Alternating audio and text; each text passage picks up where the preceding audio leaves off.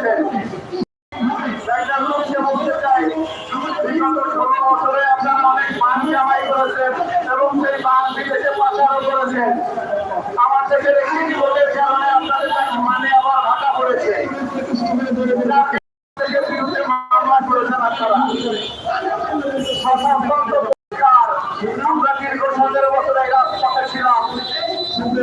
ফ্যাসিবাদী শাসনের বিরুদ্ধে আমরা কথা বলার চেষ্টা করেছি। কথা বলতে গিয়ে আমাদের ভিন্ন মতের গণমাধ্যমগুলোকে বন্ধ করে দিয়েছিল বিগত ফ্যাসিবাদী সরকার। এই আমার দেশ পত্রিকা দীর্ঘ 12 বছর বন্ধ ছিল। দীর্ঘ 12 বছর পরে ফ্যাসিবাদের পতনের পরে আমার দেশ প্রকাশিত হয়েছে। সত্য প্রকাশের দায়ে আপনাদের মানে হানি হয়েছে। আমরা বলতে চাই কতটুকু হানি হয়েছে। আপনারা একটা মামলা করেছেন 1000 কোটি টাকা, 1000 কোটি টাকার মান নাকি আপনাদের হানি হয়েছে। আজকে এই যে যতজন বক্তৃতা দিয়েছে এদের প্রত্যেকের বিরুদ্ধেই তো মামলা করতে হবে। এতে মান হানি হবে না আপনাদের?